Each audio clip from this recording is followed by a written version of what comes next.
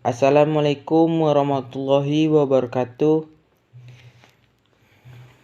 Perkenalkan, saya Irwan Seprio, NIM 20 05 12 60 80, kelas PKO 2A.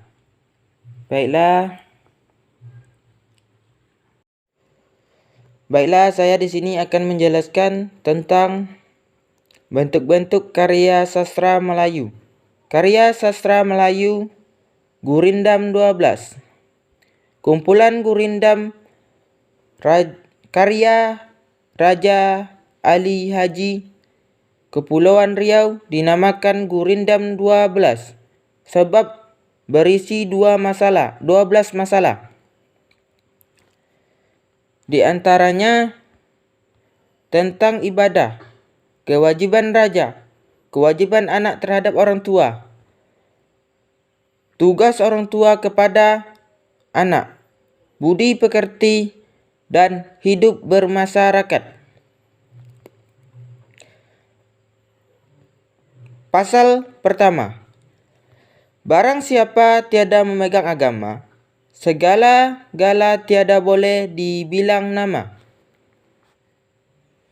Barang siapa mengenal yang empat, maka yaitulah orang yang ma'rifat. Barang siapa mengenal Allah, suruh dan tegakkannya, tiada ia menyala. Barang siapa mengenal diri, maka telah mengenal akan Tuhan yang bahari. Barang siapa mengenal dunia, tahulah ia barang yang terpercaya. Barang siapa mengenal akhirat, tahulah ia dunia madarat. Karya oleh Raja Ali Haji.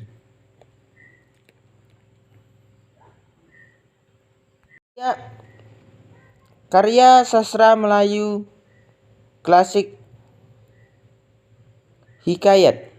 Salah satu bentuk sastra prosa yang berisikan tentang kisah, cerita, dongeng, maupun sejarah. Umumnya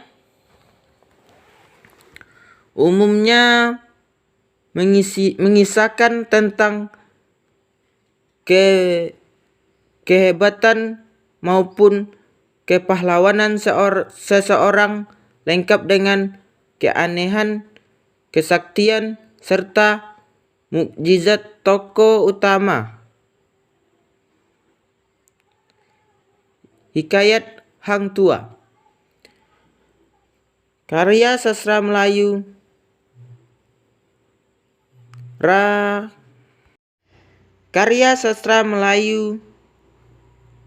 Carmina, populer disebut pantun kilat, adalah pantun dua baris. Baris pertama merupakan sampiran dan baris kedua langsung isi. Memiliki pola sajak lurus.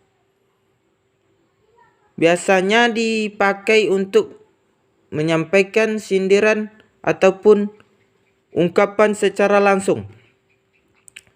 Contoh, sudah nggak haru jendana pula, sudah tahu masih bertanya pula. Karya sastra Melayu pantun. Serupa puisi 4 baris.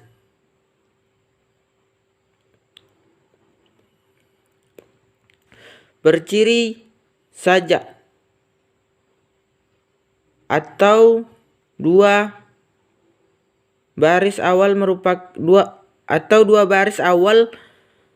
merupakan sampiran umumnya tentang alam, flora dan fauna. Dua baris ujung bagian isi sebagai tujuan pantun. Contoh, kayu cendana di atas batu, sudah diikat dibawa pulang. Adat dunia memegang begitu, Benda yang buruk memegang terbuang. Karya sastra Melayu pantun serupa puisi 4 baris.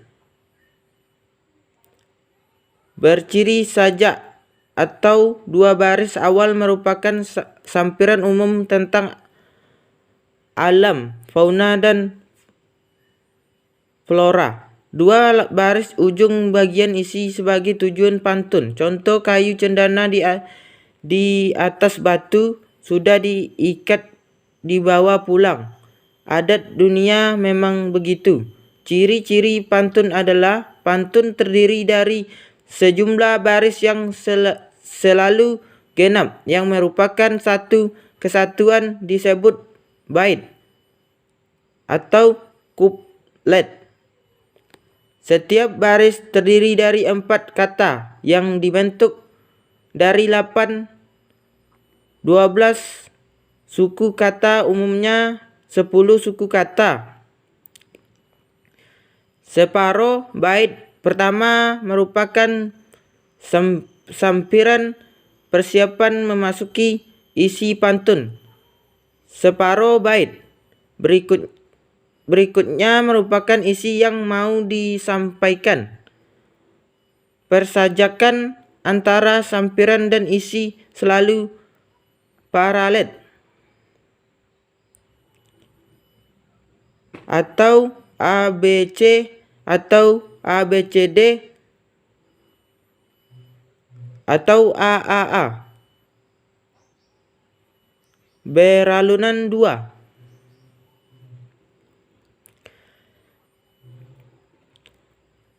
Berdasarkan bentuk jumlah baris tiap bait pantun dibedakan menjadi pantun biasa, yaitu pantun yang terdiri dari 4 baris tiap bait.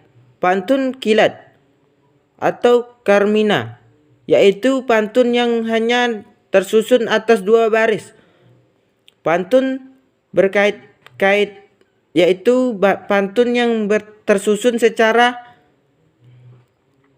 berangkai, saling mengkait antara bait pertama dan bait berikutnya. Talibun, yaitu pantun yang terdiri lebih dari 4 baris terhadap selalu genap. Jumlah separuh merupakan sampiran dan separuh lainnya merupakan isi selokan, yaitu pantun yang terdiri dari 4 baris sebait tetapi persejakannya datar. A.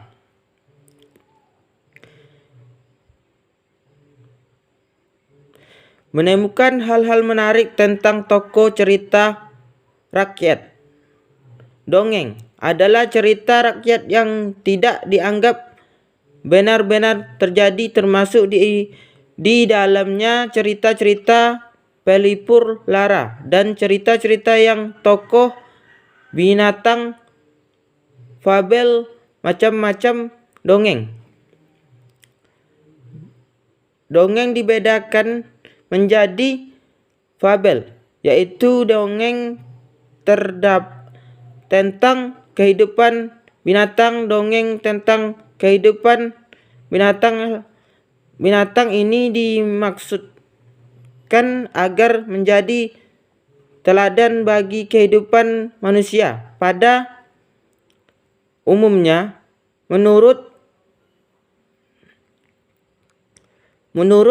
Di Hartoko dan Brahmanto, yang dimaksud fabel adalah cerita singkat sharing dalam bentuk sanjak yang bersifat didaktis, bertetapan dengan contoh yang konkret, tumbuh-tumbuhan dan hewan ditampilkan sebagai makhluk yang dapat berpikir, berkreasi, dan berbicara sebagai manusia. Di akhir dengan sebuah kesimpulan yang mengandung ajaran moral. Farabel, yaitu dongeng tentang binatang atau benda-benda lain yang mengandung nilai pendidikan. Binatang atau benda tersebut merupakan perumpamaan atau lambang saja. Peristiwa ceritanya merupakan kisah tentang pelajaran kesusilaan dan keagamaan.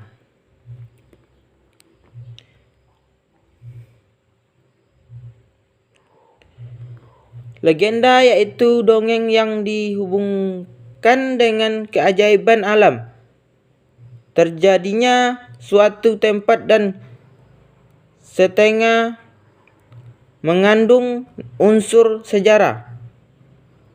Mitik yaitu dongeng yang terhubung dengan cerita jin, peri, roh halus, dewa, dan hal-hal yang berhubungan dengan kepercayaan.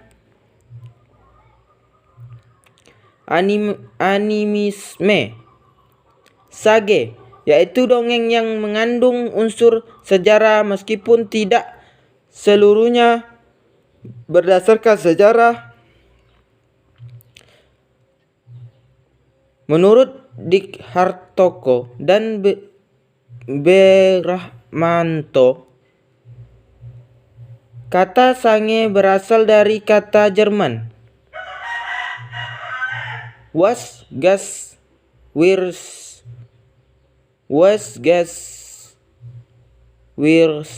yang berarti apa yang tertentu, dan pada zaman tertentu ada yang menceritakan tentang roh-roh halus, mengenai ahli-ahli sihir.